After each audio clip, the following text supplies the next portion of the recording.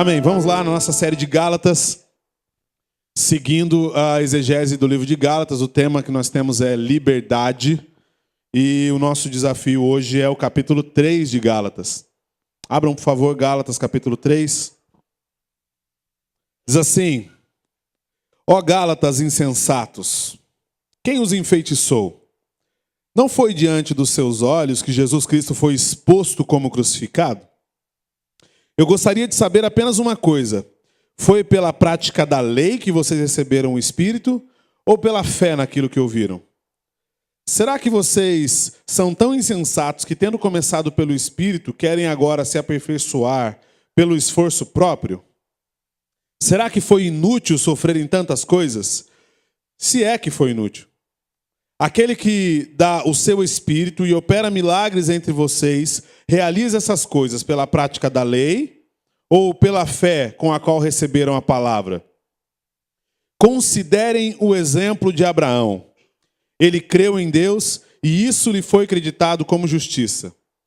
Estejam certos, portanto, de que os que são da fé é que são filhos de Abraão. Prevendo a Escritura que Deus justificaria os gentios pela fé, anunciou primeiro as boas novas a Abraão. Por meio de você, todas as nações serão abençoadas. Assim, os que são da fé são abençoados, como com Abraão, homem de fé. Já os que se apoiam na prática da lei estão debaixo de maldição, pois está escrito: maldito todo aquele que não persiste em praticar todas as coisas escritas no livro da lei. É evidente que diante de Deus ninguém é justificado pela lei, pois o justo viverá da fé. A lei não é baseada na fé. Ao contrário, quem praticar essas coisas, por elas viverá. Cristo nos redimiu na maldição da lei, quando se tornou maldição em nosso lugar, pois está escrito: maldito todo aquele que for pendurado num madeiro. Isso para que em Cristo Jesus a bênção de Abraão chegasse também aos gentios, para que recebêssemos a promessa do Espírito mediante a fé. Amém. Palavra. Não vou fazer de novo a piada. Os irmãos já estavam agora. Meu momento. Graças a Deus pela palavra do Senhor. Eu já falei de manhã na chácara e falo aqui.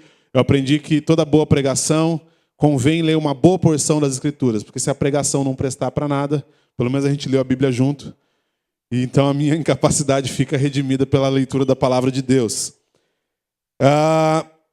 É interessante esse trecho de Gálatas porque a gente está diante de um pregador, o maior do Novo Testamento, o apóstolo Paulo, alguém extremamente eloquente, capaz, hábil e conhecedor dos mistérios de Deus. Mas ele começa o capítulo de maneira um pouco indecorosa. Ele chega chamando as pessoas de insensatos. Traduzindo para os nossos dias, alguém chamar a gente de burro não tem nada de ofensivo, porque se Paulo chamava de insensatos, estamos no mesmo patamar. E ele começa: vocês estão malucos? Vou trazer para o linguajar popular, que não espero não ofender ninguém. Vocês estão malucos? Ou como diz o Lucas, vocês estão de brincadeira comigo? É isso? Vocês começaram pela fé, vocês tiveram a exposição de Jesus Cristo diante de vocês, e vocês agora estão voltando para as práticas da lei. E aí tem um problema sério nessa história. Os Gálatas, eles não são uma cidade, é uma região. Mas é uma região que é fora de Israel. Não é uma região israelita, uma região israelense. É um povo que não conhecia a fé judaica, não conhecia a princípio, não seguia as tradições de Israel. Então, se você encontrar em algum momento das Escrituras alguém da tribo de Israel, de uma das tribos de Israel, que esteja com dificuldades em desfrutar da salvação pela graça e viver pela fé, porque ele está apegado à lei, faz até algum sentido. Afinal de contas, o povo dele vem de 2, 3 mil, 4 mil anos de tradição em cima das leis. E aí chega alguém, que é Jesus Cristo, e traz a revelação de tudo isso, ensinando a viver pela graça e pela fé. Um conflito. Mas alguém que não recebeu por tradição os princípios da lei, ter dificuldade de caminhar fora da lei, é algo que me fez pensar. Eu falei, mas por que os Gálatas estão com um problema com a lei, se a lei não era assunto deles? Porque, afinal de contas, esse povo resolveu se voltar para as práticas da lei, se antes da pregação de Paulo, eles nem sequer tinham ouvido falar da tal da lei. Não era um assunto deles, não era para ser um problema entre eles. Mas isso pegou eles e eles começaram a se complicar ali nas condutas. Antes de tudo, a gente precisa concluir, aliás, entender que nós, nenhum de nós, seres humanos, chegaríamos ao conhecimento de Deus mediante pesquisa, mediante análise, mediante estudo científico, seja lá o que for. Todo o esforço humano de tentar conhecer Deus seria inútil se Deus não quisesse ter se revelado a nós. Nós só temos acesso a Deus, nós só sabemos o que é bom e o que é mal, porque Deus é bondoso e Ele escolheu se revelar a nós. E a primeira manifestação a um homem da revelação de Deus começa com o trabalho que Deus faz com Abraão. Lá primeiro no Éden em Adão, e depois ele começa o processo de revelação em Abraão. E ele chama Abraão dizendo, Abraão, eu vou me manifestar a você e através da sua descendência, todas as famílias da terra serão benditas. O que já abre para a gente um clássico de dizer que se Abraão está antes da formação da tribo de Israel, deixa bem claro que nunca foi uma questão física, sanguínea, o acesso a Deus, o acesso à relação com Deus. Deu para entender isso? Não. Se Abraão está antes da formação de Israel, a salvação não era exclusiva para o povo de Israel. A salvação desde o princípio sempre foi plano de Deus que eu e você tivéssemos acesso a Ele através de Jesus Cristo. Lá em Abraão isso já estava estabelecido. E é isso que o texto vai dizer. Então, o primeiro movimento de Deus em relação aos homens para se manifestar é através da promessa que Ele dá a Abraão. O segundo movimento é a manifestação da lei que vem com Moisés.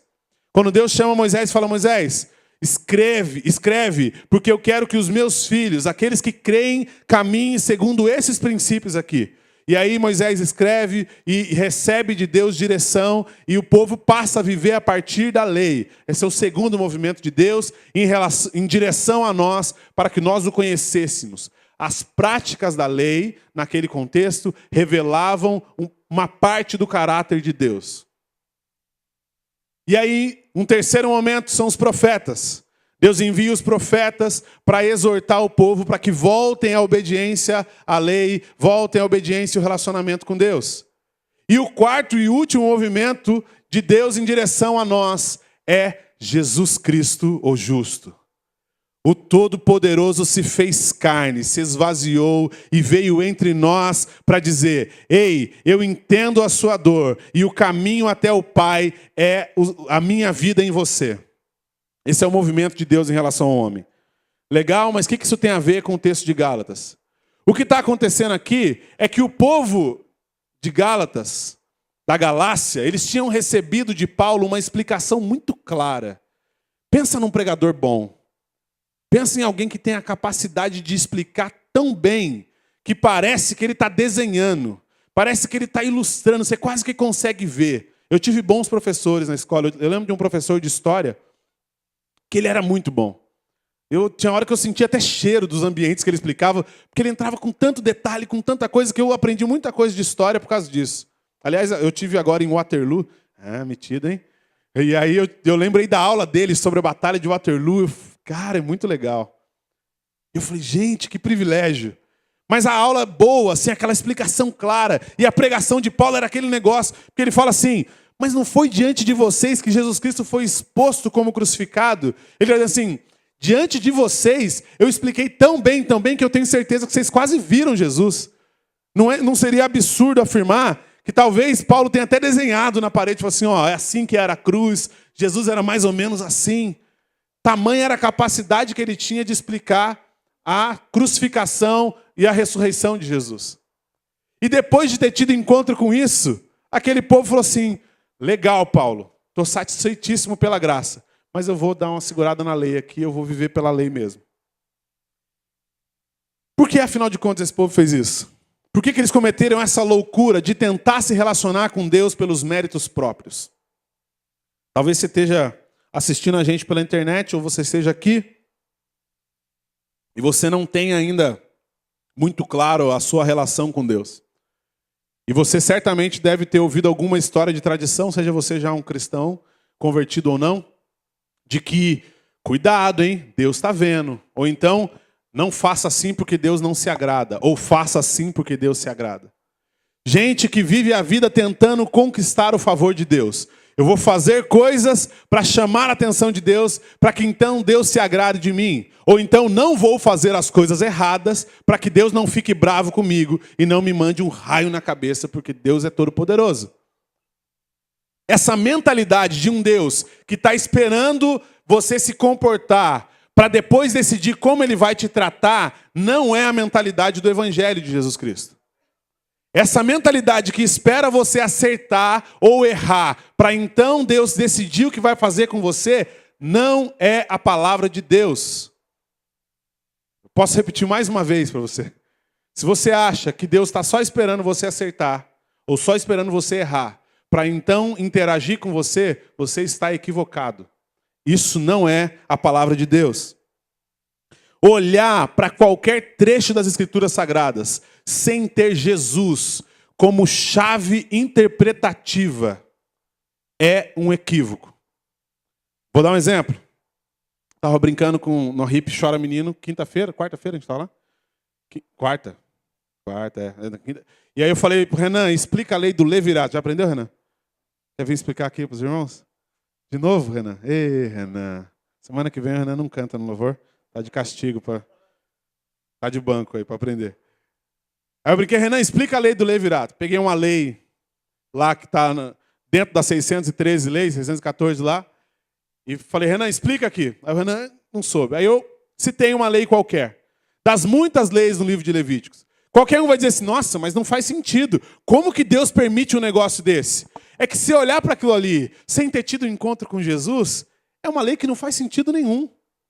Só para não ficar na incógnita, né? Não deixar curiosidade, a lei do levirato é uma das leis da tradição que dizia que se uma mulher foi casada com um homem, esse homem morreu, o irmão desse homem deveria assumir essa mulher para que ela não ficasse viúva, sozinha na vida. Então, e a descendência que ele gerasse seria descendência para o irmão, para que mantivesse a tradição familiar.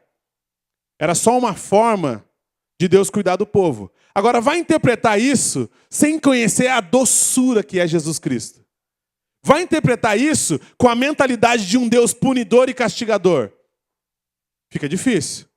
Uma vez que você tem um encontro com Jesus e que você percebe a doçura de Jesus na relação com os irmãos, no contato com a palavra de Deus e na experiência individual, na ação do Espírito, você olha para qualquer lei e fala assim, mas Deus é muito fofo, né? Mas Deus é muito bondoso e muito generoso, né? Porque cada pequeno detalhe da ação de Deus é em prol de expressar o seu amor para a humanidade. É um equívoco achar que Deus está só esperando a gente errar. A igreja na Galácia, ela tinha origem gentia, mas estava de novo se prendendo, estava começando a se prender a práticas religiosas que eles estavam ouvindo dos judaizantes. Porém, eles não haviam recebido a salvação, não haviam recebido a explicação do Evangelho pela prática da lei. E Paulo está indignado e falou assim, por acaso foi porque vocês merecem que vocês receberam o Espírito Santo? Vocês estão achando que vocês vão conseguir merecer o Espírito Santo, é isso? Ele fala assim, no versículo 2. Peraí. Fugiu aqui meu texto, gente, peraí. Ele fala assim, eu gostaria de saber apenas uma coisa. Foi pela prática da lei que vocês receberam o Espírito ou pela fé naquilo que ouviram? O Espírito Santo de Deus vem em nós, mediante a fé na palavra de Deus. A pregação da palavra traz a nós a chance de receber o Espírito Santo de Deus, uma vez que nós cremos. Não é por méritos próprios, você não faz nada para merecer isso. Fé naquilo que ouviram. Eles tiveram um encontro com Jesus crucificado e depois resolveram começar a caminhar segundo os próprios méritos. É complicado porque na gênese, na base desse sentimento, o que está fazendo com que eles procurem as práticas da lei é um sentimento que faz eu e você, às vezes, se prender a práticas religiosas. Vou dar um exemplo. Me diga aí se alguém aqui já sentiu isso, ou já falou, já ouviu alguém dizer isso. Olha, semana que eu não vou no culto, minha semana começa tudo errado. Parece que a semana passada não acabou. Uma coisa vai emendando na outra. Não é? Já ouviram coisa do tipo? Misericórdia, eu vou no culto para dar uma limpada na alma boa, aí já começa a semana bem, né? Tá aquela descarregada. Depois o pastor Hélio faz a oração lá na porta. Se o pastor não ganhar um beijo do pastor Hélio na saída, minha semana não começou. Na essência, tá o quê? Se eu não fizer, eu não vou ter. Se eu não for ao culto, eu não serei abençoado. Não é isso? Na essência desse pensamento aí, desse sentimento, está isso. E isso não parece ser uma coisa ruim, mas foi o mesmo motivo que fez os Gálatas se prenderem novamente às práticas da lei. Porque começa pequenininho assim. Mas dali a pouco começa a crescer. Porque primeiro é não ir no culto, não ir na hippie, não ganhar um beijo do pastor Eros. Dali a pouco a coisa vai complicando, vai complicando, vai complicando. E a pessoa começa a falar assim, olha, se eu não assistir um vídeo do Evangelho Simples durante a semana, minha semana fica ruim. Tomara, né? Seria bom, pelo menos. Tem bastante conteúdo bom lá. E aí você começa a se prender às práticas da lei, ou práticas de uma lei que você mesmo vai inventando, seja lá o que for, e se esquece que a salvação é pela graça, e nós vivemos pela fé. Honestamente, eu adoraria ter um recurso que garantisse que as coisas vão acontecer exatamente como eu quero que elas aconteçam. Porque por trás de tudo isso, na minha carne podre, tem uma vontade enorme de controlar Deus. Uma vontade enorme de conseguir garantir que Deus sempre vai me atender quando eu pedir. E nas práticas da lei, a essência mesmo, parte dura, é isso. É o seguinte, se alguém chegar aqui, vamos pegar o Adelino, o Neto lá. Cara, claramente organizado. Eu acho que o Neto nunca atrasou um boleto na vida. Cara organizado, a mesa dele é limpa. A imagem que ele passa é de alguém extremamente organizado. Imagina que eu falo assim, cara, multaram sua moto lá. O guarda passou, deixou uma multa na sua moto. Ele que é um cara organizado, automaticamente fala assim, não, eu parei no lugar certo. Eu tenho certeza que eu parei certo, não estou errado. Aquele sentimentozinho de injustiça, porque ele fez o certo e algo que ele não gostaria, algo desfavorável aconteceu com ele. Confessa aqui para mim, só entre nós aqui. Ninguém está vendo, tá? Você já sentiu esse sentimento quando algo de ruim acontece com você? Deus, mas por que comigo? Eu sou tão bonzinho, Deus. Logo comigo, Deus. Deus, como que o Senhor não guarda a minha família, Deus? Deus, como que o Senhor não protege meu filho, Deus? Deus, eu vou no culto, eu vou na hippie, eu oro, eu leio minha Bíblia.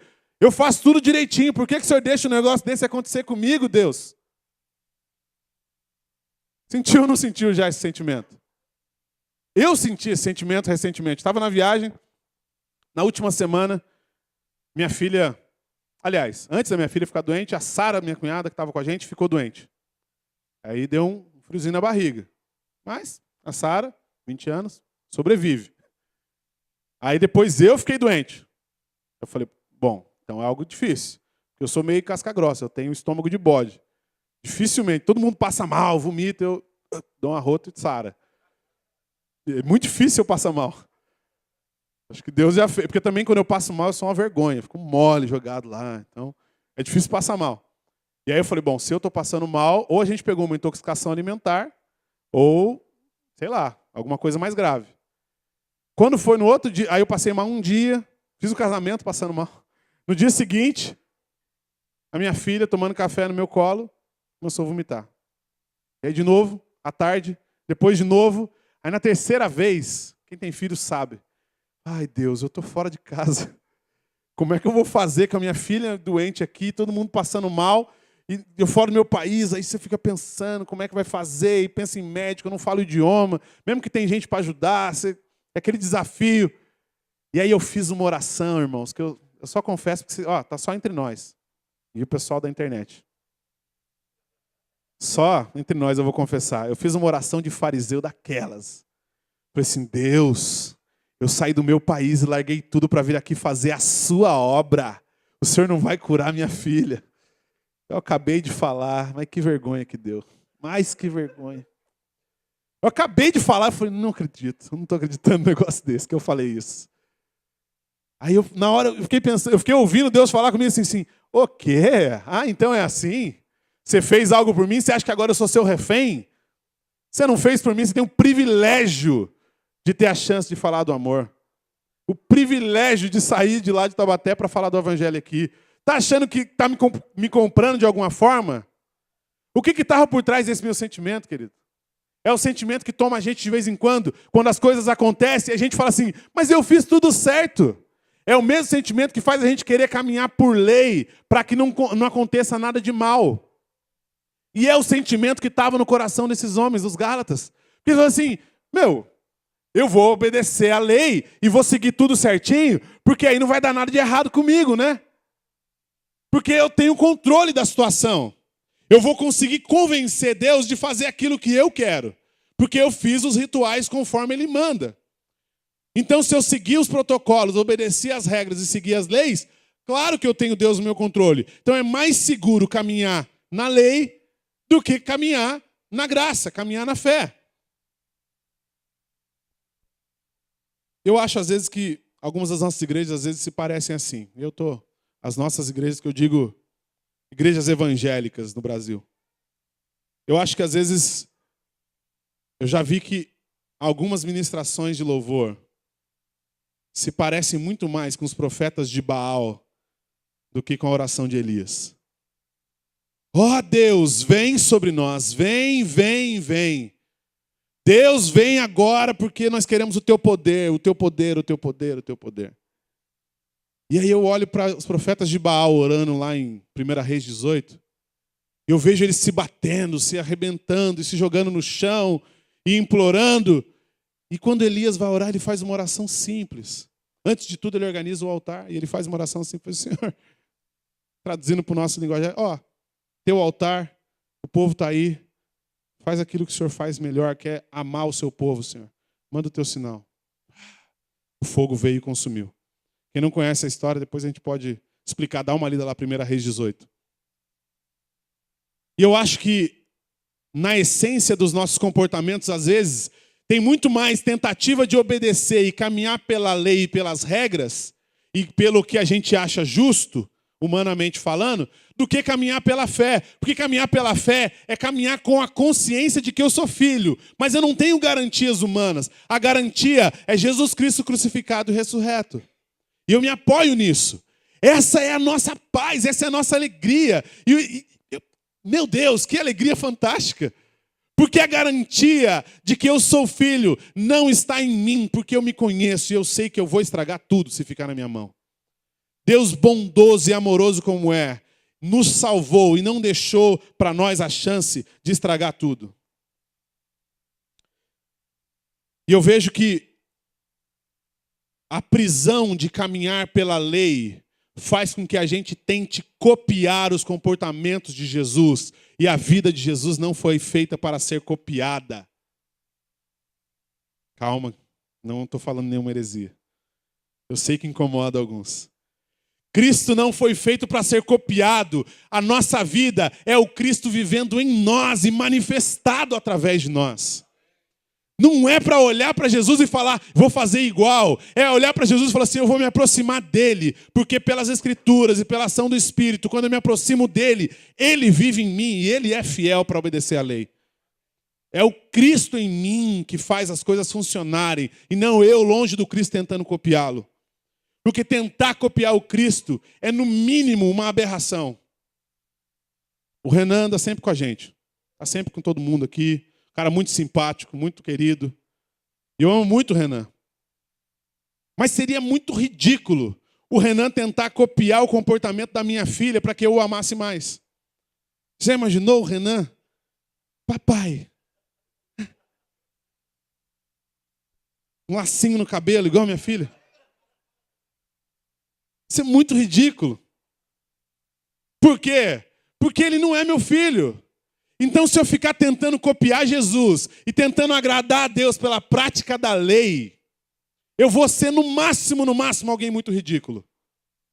Mas se eu entregar minha vida para Jesus e viver, e entrar pela graça, e viver pela fé, e deixar Cristo viver em mim, o Pai vai olhar para mim e vai dizer assim: vinde, bendito de meu Pai, possui por herança aquilo que está preparado para você. Está aqui o meu filho amado, em quem eu tenho prazer. Porque Deus tem prazer no Cristo, e o Cristo em nós é a nossa única esperança. É a única esperança da glória. O trecho que a gente está lendo de Gálatas, ele coloca duas coisas lado a lado. De um lado, a vida pela lei, e de outro lado, a vida pela fé. A graça de Deus divide esses dois momentos. Porque de um lado, quando eu vivo pela lei, eu vivo com a mentalidade de que a salvação está no futuro. Eu vou fazer. E aí, quem sabe um dia, quando Jesus voltar, se eu não estiver pecando, ele me leva. Está errado. Isso é uma vida de escravidão. Isso é uma vida desesperadora. Imaginar que pode ser que no dia do juízo final meu nome não esteja na lista. Meu Deus, como caminha desse jeito? E a salvação pela graça é o primeiro momento que eu tenho com Deus. É a salvação dada de graça. E a certeza de que meu nome está lá. E de que pode me chamar a qualquer momento. Porque a hora que eu apagar aqui, eu já estou dançando lá na glória com Ele. É diferente, a salvação não está no futuro. A salvação está no presente. A salvação está no hoje. Porque eu recebi a graça de Deus. Vivo pela graça, por meio da fé. E todos os dias eu caminho, porque agora eu sei que já sou salvo.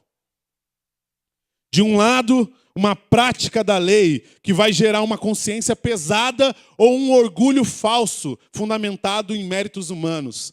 E de outro lado, a vida pela fé, que vai gerar em nós um coração quebrantado e um desejo de agradar cada vez mais aquele que nos alistou. De um lado, eu faço e me sinto bem. Não faço, me sinto mal. De outro lado, eu sei que eu não consigo e eu já dobro meu joelho e clamo para que Ele se manifeste em mim. E as coisas começam a funcionar diferente. Não tenha falsas esperanças de que a sua bondade vai quebrar o coração de Deus. Não tenha essa expectativa de que você vai conseguir dobrar Deus. Não ache que Deus é um senhorzinho idoso com óculos fundo de garrafa e que você consegue enganar Ele e passar escondido.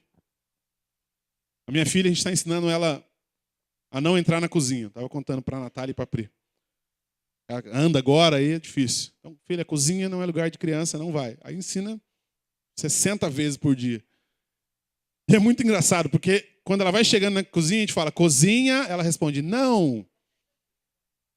Daí ela dá a volta. Se eu não estiver olhando, ela vai engatinhando ou andando, e ela vê que não está olhando e vai bem rapidinho para tentar entrar sem que eu veja. E é muito interessante, porque eu acho que alguns cristãos tentam viver dessa forma. Sabe que não deve, mas continua fazendo e vai tentar passar despercebido na porta do céu, no meio da multidão.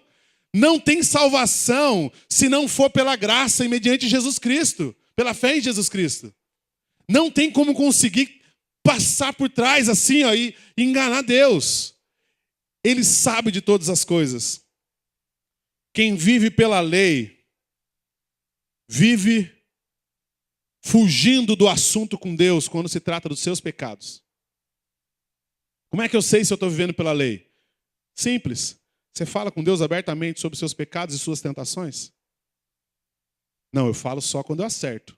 Porque vai que eu estou falando um pecado e Deus fica bravo, manda um raio, alguma coisa. Manda uma doença. Manda uma gripe, H1N1. Porque, vamos lá, está salvo pela graça? Creu em Jesus? Ué, então senta com o Pai e fala com Ele sobre tudo. Ah, mas eu vou desagradar a Deus. Mas Ele sabe, Ele viu. A graça é o acesso a Deus para que eu possa falar com Ele a respeito das minhas próprias tentações, a respeito dos meus pecados, dos meus problemas. E Ele vai olhar para mim e falar assim, sei filho, foi eu que te fiz, eu sei. Mas o problema é que você está vivendo no modo errado. Deixa o meu filho viver em você. Jesus, pela ação do Espírito. Como é que eu sei se eu estou andando pela lei ou se eu estou andando pela graça? Eu me apoio mais nos meus acertos do que nos meus erros. Ou então o contrário, me apoio mais nos meus erros do que nos meus acertos. De um lado, Ai, graças a Deus que eu não sou como os pecadores por aí. De outro lado, eu sou o pior de todos, eu não consigo. E nenhum dos dois está certo, porque a verdade é, eu sou horrível, eu sou o pior dos pecadores, mas o Cristo vive em mim e eu posso andar de cabeça erguida, porque Ele me chamou. Essa é a verdade. É consciente da sua incapacidade, mas a certeza de que você foi alistado por Ele, que Ele vai completar a boa obra que Ele já começou. Gente que vive pela lei fica sempre buscando o padrão mínimo. É igual aluno no primeiro dia de aula.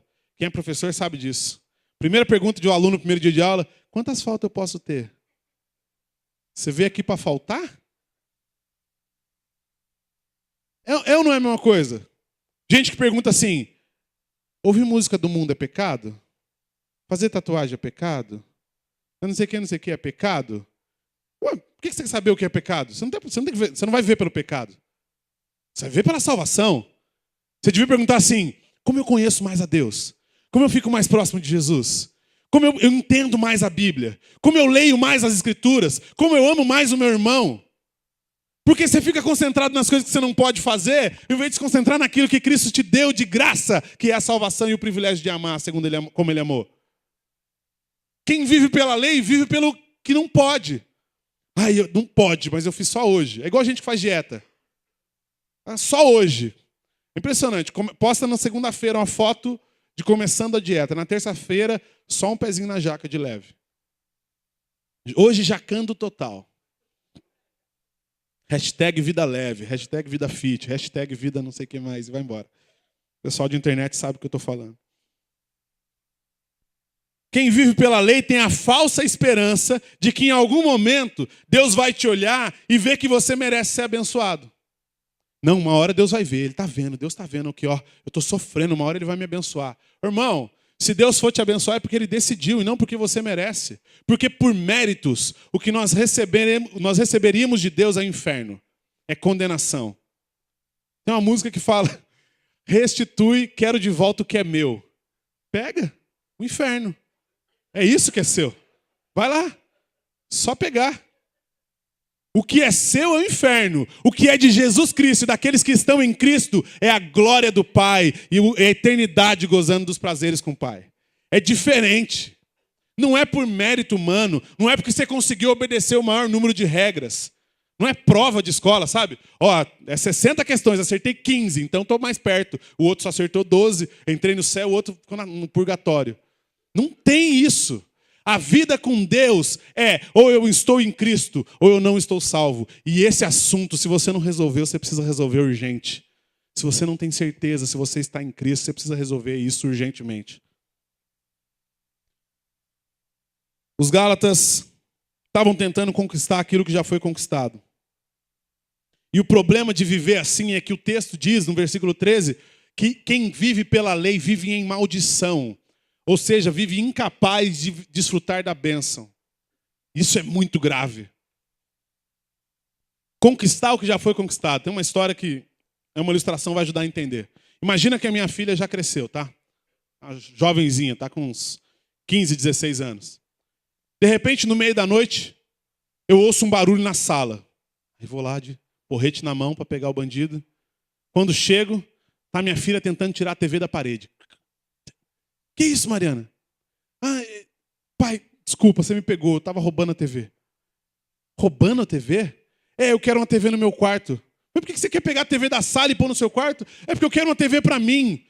Filha, mas por que você não pediu? E eu te dava uma TV. Mas eu quero essa. Mas essa é da família toda. E ela já é sua, você é parte da família. Mas eu quero uma para mim.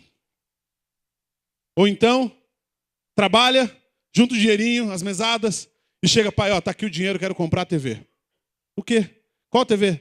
Não, essa aqui, eu quero essa TV. Não, vamos lá comprar uma TV nova. Não, eu quero essa aqui. Mas por que você quer essa? Não, porque eu quero uma TV só para mim. Tem crente vivendo assim. Recebeu de Deus a salvação de graça. Aí eu vou fazer as coisas direitinho, eu vou obedecer a Deus, porque aí um dia eu posso falar: Deus, agora eu mereço, me dá a salvação. Filho, por que você está lutando para conquistar uma coisa que eu já te dei de partida, de início? Cristo morreu na cruz e ressuscitou. E essa é a nossa salvação. Esse é o acesso que nós já temos a Deus garantido. Não tente comprar o favor de Deus. Não tente fazer nada para agradar aquele que te conhece, que te criou, porque ele sabe que você não é capaz de fazer isso. Viver pela fé é viver com a certeza de que eu não posso, mas também viver com a certeza de que ele pode em mim. Para ser herdeiro de Deus, é preciso ser filho. Mas ser filho não é uma coisa que eu consigo por méritos ou por obras. É uma coisa que Deus tem que me dar, Ele tem que escolher me adotar. Você conhece alguma criança que estava lá no orfanato? Já sei, entrou numa casa, pronto, fui adotado. Vocês estão me adotando agora aí, assina os papéis aqui. São os pais que vão lá buscar a criança para adoção. E foi Deus que veio até aqui, em forma humana, como Jesus Cristo, para nos adotar. A adoção foi garantida no momento em que Deus permitiu que o seu filho unigênito, com a mesma gênese do Pai, morresse na cruz, para que nós, que somos filhos adotivos, fôssemos inseridos na família. Então ele ressuscita Jesus e em Cristo todos nós somos ressuscitados também. O Espírito Santo em nós é a intimidade que nós precisamos para viver pela fé. Viver pela fé é saber que Deus nos ama e nada muda isso. Essa frase é tão gostosa. Nos meus dias mais difíceis, a coisa que eu mais digo para mim mesmo é isso. Ufa, ainda bem que o Senhor me ama, não por meus méritos. Mas ao mesmo tempo, quer saber que Deus nos ama e nada muda isso, é viver com aquela pulguinha atrás dele e falar assim, mas o que foi que ele viu em mim? Mas por que é que ele me ama? Porque quanto mais eu me conheço, menos eu me quero. E ele já me conhece por inteiro e me ama de uma maneira que eu não consigo compreender. É um desconfortozinho bastante confortável, porque eu fico com essa pulga atrás da orelha, mas por outro lado, eu desfruto do amor do Pai. Isso é uma vida pela fé. É caminhar, não porque eu acertei, mas caminhar porque o Pai me ama. Isso é suficiente. Viver pela fé é saber que o PCC não diz nada sobre mim. Calma. Não é o primeiro comando da capital.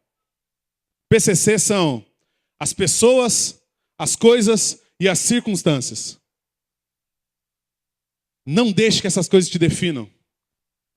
Eu sou uma pessoa muito alegre e muito feliz, mas quando eu encontro com meu chefe, meu amigo, meu vizinho, seja lá quem for, aí isso acaba com o meu dia.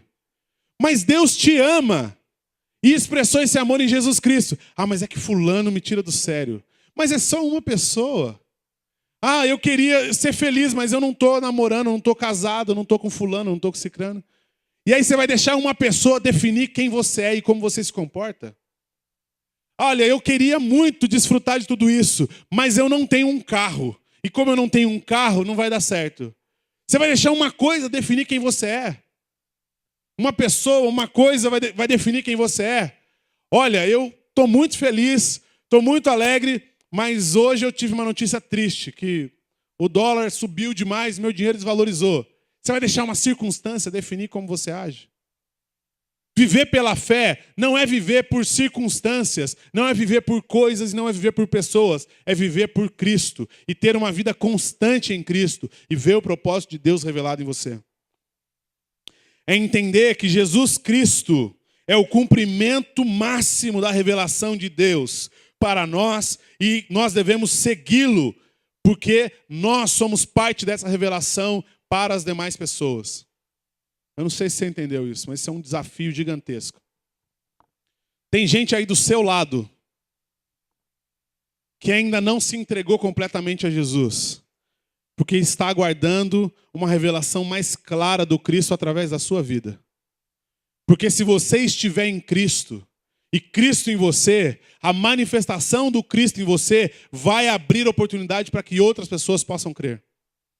O seu vizinho está com dificuldade de crer porque tem pouco de Jesus em você. Busque mais, leia mais, conheça mais. Porque quanto mais Jesus estiver em você, mais pessoas vão ser tocadas e impactadas. O mundo está do jeito que está, porque nós, igreja, ainda não entendemos completamente a nossa responsabilidade de proclamar o Cristo e os seus feitos em nós. Porque quando a gente grita aos quatro cantos do mundo, todos os lugares que a gente pode gritar o que Jesus tem feito em nós, quase sempre, aliás sempre, tem alguém se rendendo e se entregando a Jesus. porque é evidente, é eficaz. É ter em mente que você foi criado por Deus para um propósito e se dedicar para cumprir esse propósito. Deus tem algo para você. Parece uma frase bem crentez, assim, bem meus tempos de igrejas tradicionais. Deus tem uma obra na sua vida, jovem. Já ouviram isso? Não? E de fato, a obra que Deus tem na sua vida já foi concluída em Jesus. Mas você precisa entrar mais em Deus para se alinhar com o propósito de Deus na sua vida. Viver pela fé é saber que não é sobre mim, é sobre Jesus. Ah, como isso é bom. Mas o fulano foi grosseiro comigo. Que bom que ele foi grosseiro com você, porque não é sobre você, é sobre Jesus. Mas o fulano falou para mim que eu sou feio. Que bom que falou para você, porque Jesus é que é lindo. É sobre ele. E quando a gente sabe que é sobre ele, a gente não perde tempo quando as pessoas estão nos atingindo. Porque me atingir não tem problema nenhum. Porque eu estou falando dele e ele é perfeito. Não vai conseguir falar nada contra ele. Eu fui uma vez atender um rapaz e ele falou assim: eu não quero falar com você. Eu nem gosto de você, eu nem te conheço. Não tenho nada para ouvir. Não quer? Você não tem nada a ver com a minha vida. Eu falei assim: concordo em tudo que você falou. Mas deixa eu te falar sobre alguém que tem interesse em você. Eu não vim falar sobre mim, eu vim falar sobre Jesus. Porque não é sobre mim. E você tem todo o direito de não gostar de mim. Mas você precisa ter um encontro com Jesus, porque o tempo está acabando, está ficando sério, está ficando tarde. E você vai ter um encontro com a eternidade. E desejamos que você esteja do lado de Jesus. Viver pela fé é saber que eu, em Cristo, sou corresponsável para que esse mundo veja Jesus da maneira mais clara possível. O ápice da revelação de Deus, como nós falamos no começo, é Jesus Cristo. Mas as pessoas esperam ver Jesus em nós. E quando eles virem Jesus em nós, eles vão se render ao nosso Senhor. Viver pela fé, e eu vou ler um último texto aqui em Atos, é curtinho, não precisa abrir, o nosso tempo já acabou. É entender que Deus não é servido por mãos humanas, então não tem nada que você possa fazer. Atos 17, do 24 em diante, diz: o Deus que fez o mundo e tudo o que nele há é o Senhor dos céus e da terra, e não habita em santuários feitos por mãos humanas. Ele não é servido por mãos de homens, como se necessitasse de algo. Olha isso, ele não é servido por mãos humanas, como se necessitasse de algo. Porque ele mesmo dá a todos a vida, e o fôlego e as demais coisas.